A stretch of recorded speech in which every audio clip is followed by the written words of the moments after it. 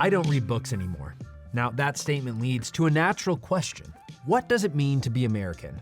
While that might strike you as a non sequitur, I promise it's not. You see, from the colonial era to the advent of radio, America was arguably the most literate, text-based society in human history. Neil Postman, in his book Amusing Ourselves to Death, spends almost an entire chapter proving that point. Here's a quick highlight reel. The literacy rate for men in Massachusetts and Connecticut was somewhere between 89% and 95% in the colonial era. Now compare that to 40% in England, and that suggests that the migrants to New England came from more literate areas of England or from more literate segments of the population, or both. Here's another quote. From 1650 onward, almost all New England towns passed laws requiring the maintenance of a reading and writing school, the large communities being required to maintain a grammar school as well. In such laws, reference is made to Satan, whose evil designs it was supposed could be thwarted at every turn by education. Or here's a little ditty from that colonial era, which he quotes. From public schools shall general knowledge flow, for 'tis the people's sacred right to know. Or here's a quote from an early Yale president in that era.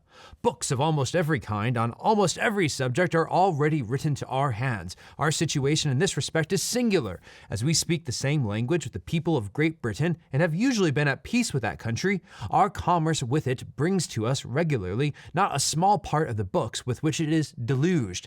In every art, science, and path of literature, we obtain those which to a great extent supply our wants.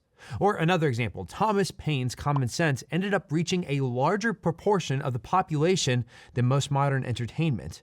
A book would have to sell 43 million copies today to reach as many people as Common Sense did back in his day.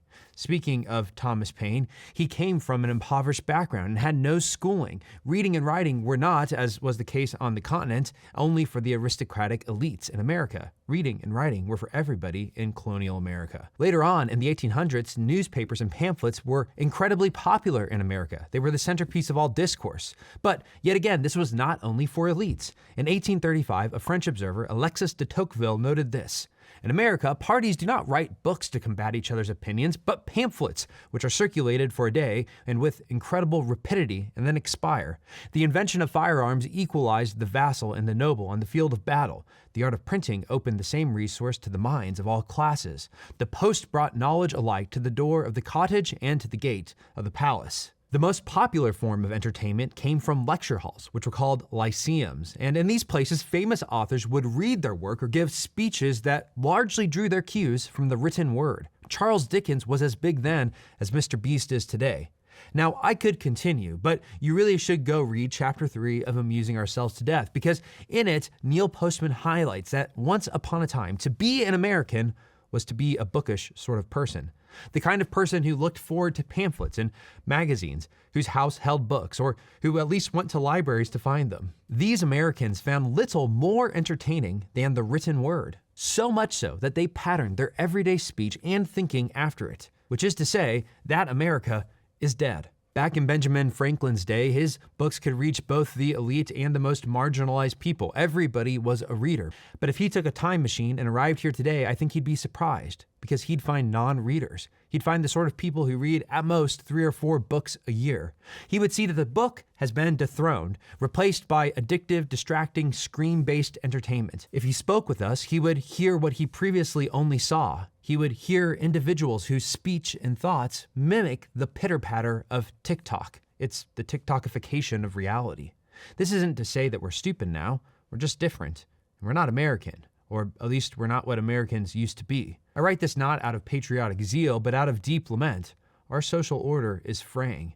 See, the truth is, I no longer read books. I'm not like my forebears. Now, to be clear, I listen to books. I read text on my phone. I read ebooks on my Kindle. In fact, I read far more ebooks today than I read physical books 10 years ago. But 10 years ago, I only read physical books. I found the discipline relaxing and easy back then. But these days, sitting down with text and paper, it's far more challenging. I hunger for screens, and I know I'm not alone.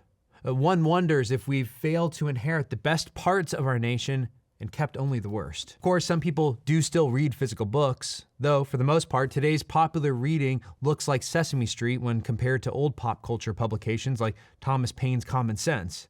Our short-form media, TikTok, Instagram, YouTube Shorts, well, it looks like infantile babbling compared to the old short-form media like the Federalist Papers. Now, I know it's true that the printing press has published enough trash to fill the Grand Canyon. Penny Dreadfuls were called dreadful for a reason, and yet, you cannot honestly believe that Postman is wrong. Modern discourse is trivial compared to the past. In fact, I don't think he went far enough, because visual mediums have not only stultified the mind with entertainment, no, they've devoured the American mind with constant distraction unto addiction. All that said, it may surprise you that I have no plans of going back to paper books. And here's why.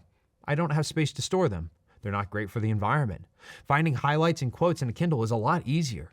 And I do listen to and read more audiobooks and ebooks than I ever read physical books. In 2010, I probably read 20 to 30 physical books a year. Today, I read or listen to 70 to 100 books a year. And I want to be clear. I don't think the way I read, whether it's ebooks or audiobooks, I don't think that's quite the same as reading a physical book. There's something tactile about books that slow you down and make you focus in a different way. But I don't think that ebooks and audiobooks are so different that I can't reap the benefits once enjoyed by a typographic society. But here's my main takeaway. Whether or not you read physical books, you must combat the constant distraction of the social internet, phone screens, and entertainment if you want to develop a typographical mind capable of sustaining long-form thought. If you're like me and you have to be online for your job, then you need to develop habits strong enough to keep the offline world under your command. Phones down, friends. Embrace silence, embrace boredom. Spend at least a day a week without any distracting short-form entertainment. Churches should become something like the great old abbeys, in whose scriptoriums monks meditated upon and copied the words of the past. We won't, of course, be doing the copying bit today, but we can keep alive the sort of thinking that those places generated. Indeed, as people of the Word who worship the Word made flesh, I believe we must. The typographic mind isn't something we can afford to lose to the past. It's something we must grow and preserve in the present.